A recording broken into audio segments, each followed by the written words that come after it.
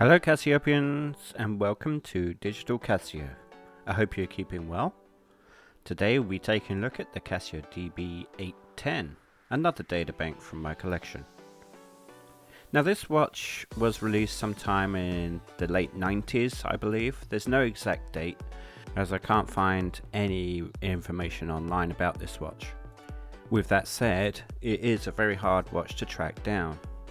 It's the metal cousin of the DB-81, so they both carry the 1475 module.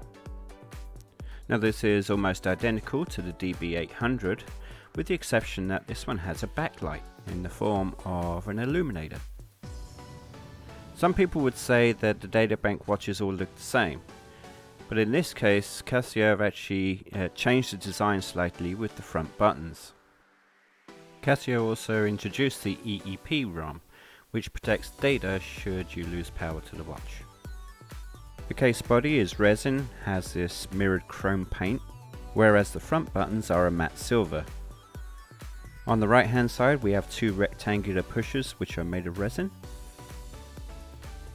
And on the left hand side we have one rectangular resin button and one circular inset adjust button. The crystal is also made of resin.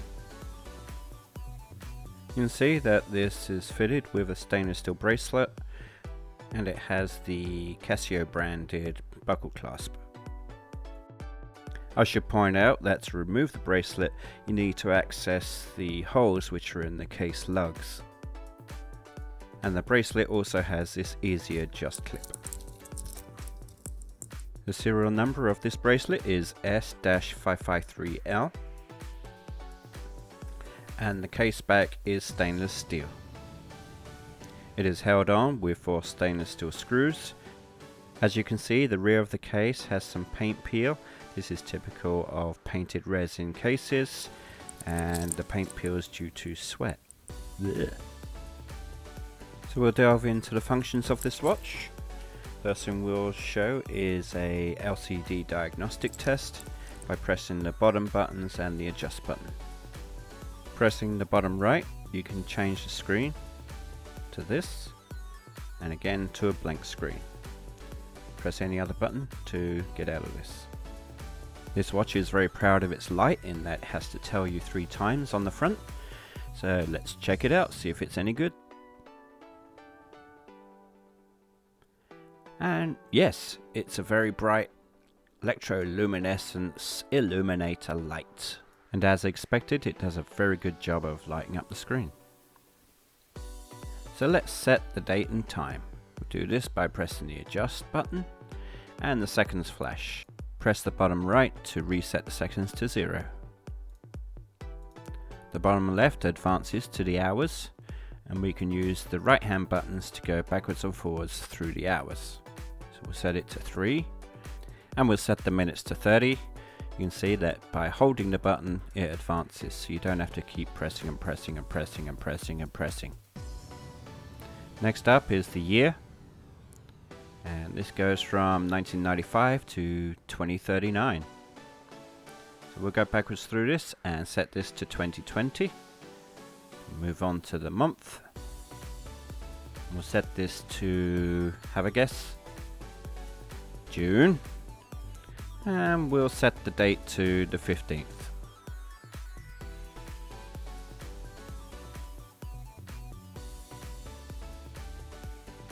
So now that's done, we'll press the adjust and the order calendar will give you the day as Monday. Now in timekeeping mode, pressing and holding the bottom right button activates that little icon, and that is the visual alarm. But that button also has a memo, so we can just press that once. It says memo in the top, and we can press adjust to write a quick memo. So once again, use a combination of the left button and the 2 right buttons. We can input text. We can also put in special characters and space, and this can be up to a massive 21 characters in length.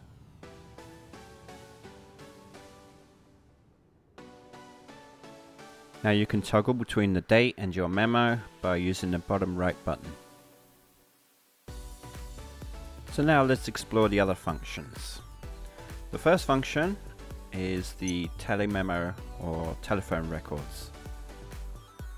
So once again we press the adjust to input a new record, and it flashes in the top dot matrix part at the top, and we can put a combination of letters, numbers and some symbols in here up to a total of 8 characters.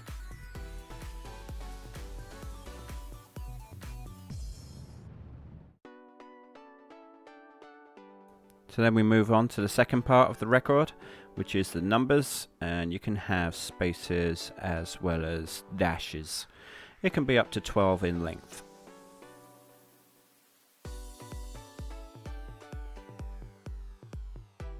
Once you've completed your data input, press the adjust and it sorts the records. If you have more than one record, you can use the buttons on the front that say reverse and forward to go through the records which are sorted alphabetically. So we'll press the mode button to return back to the timekeeping mode, and then we can press the front buttons to see the records that we've got stored, and the right button shows the current Telememo record.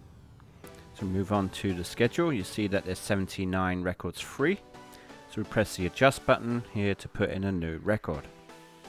So the first thing it asks for is a date, so we'll put in the month first, which would be June, and we'll set this to today, or in this case the 15th, and then we have to put in a time. Now unfortunately I can't see the current time, so let's see if I can get this one right. So we'll set this to 3, and then we'll adjust the minutes. I'm not sure. I'll go with 3:35. So next up is the presets. So we can have an appointment, a doctor's appointment, a meeting, to telephone someone. We got to travel today, an anniversary, a birthday, and then this one is our custom. So we'll put in a custom one.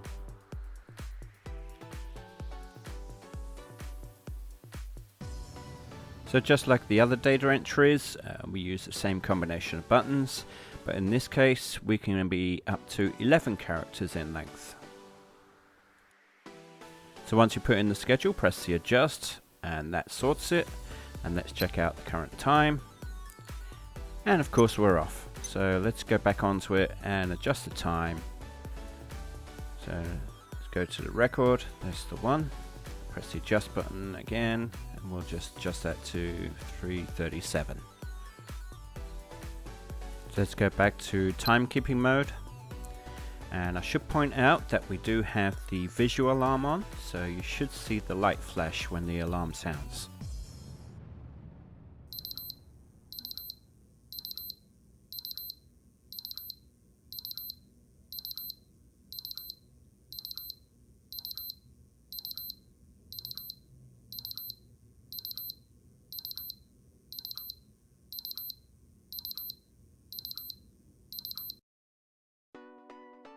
So the schedule alarm lasts for 19 seconds and has that 3 beep alarm.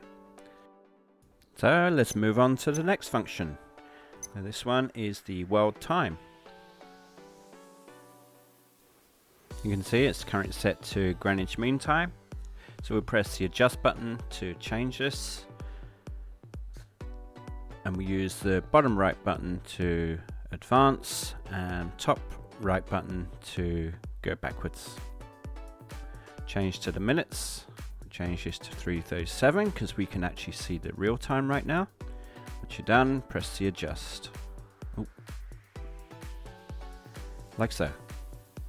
So with that one set, we can actually go through the different time zones using the reverse and forward buttons, and there are 24 time zones.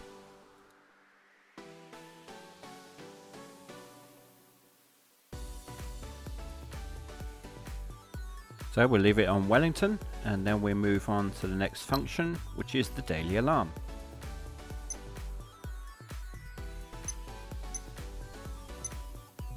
We can test the alarm by pressing and holding the bottom right button. And once again the light is flashing because we have the visual alarm still on. To set the alarm, we press the top left adjust. Using the right hand buttons we can adjust the hours and the minutes. So fortunately we can actually see our current time on here as 3:38. Okay, so it changed to 3:39, so we'll set this to 3:40. I forgot to activate the alarm, so we do that by pressing the front right. Make sure it's activated. I'll set this now to 3:41 and edit that bit out. So we'll set this back to timekeeping mode and we'll wait for the alarm.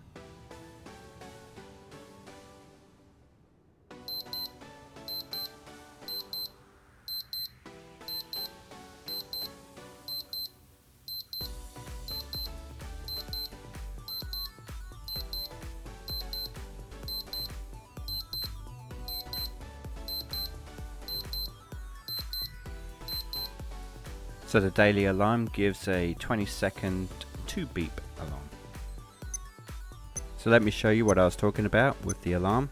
In the top left corner you have the icons for the alarm, hourly signal, both, and off.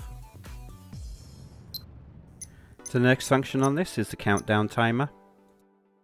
So we press the top left adjust to set the time on here, and we use a combination of the right hand buttons to set the time. You can see that this timer goes to 23 hours 59 minutes 59 seconds, and while we're flashing we can press the forward button on the front to activate the repeat function. So we'll let this go for 1 minute and listen to the timer. Now it's good to note that you still have the current time in the left, and to the right of that you have tenths of seconds.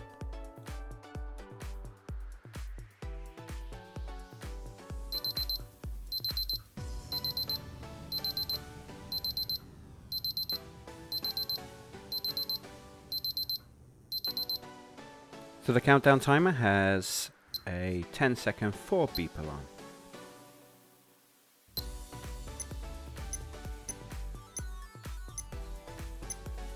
The final function to show is the stopwatch, and we use the forward button to start and stop the stopwatch, and we use the reverse button to do a lap time or reset. In this case it's called a split time.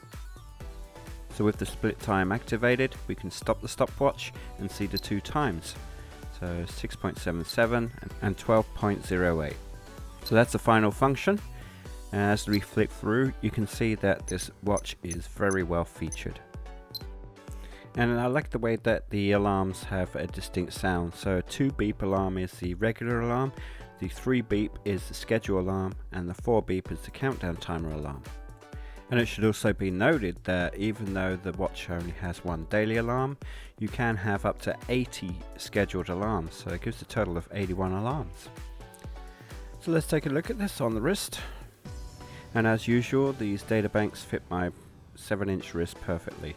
This one is a perfect size. The bracelet doesn't pull my hairs, and it's a good weight at 53 grams. So the DB-810 gets a functionality score of 9, practicality of 9, quality 5, rarity 7, and collectability 7. This gives a total score of 7.4 out of 10. So over the years Casio have released many Databank watches within the DB series, but for functionality the DB-810 is hard to beat. Obviously smartwatches have a lot more to offer, but in the late 90s this watch was right up there. Today the DB-810 still has a place with its cool retro looks and its roots properly seated in the 80s when Casio ruled the watch tech world. As a collector, I had to wait for over a year and a half for this to come up, and if there is a gold version, I have yet to see it. It's a shame that Casio chose to build this with cheap materials, because if this had been a stainless steel watch it would probably have got a near perfect 10. What about you? Do you feel the Databank watches have had their day, or do you think they still have a place in our connected world? Please leave a comment below. Also, if you liked this video, please give it a thumbs up and maybe consider subscribing and clicking that bell if you'd like to see more retro and vintage Casios. So thanks for watching, I'll leave you with the specs, and ta-ra!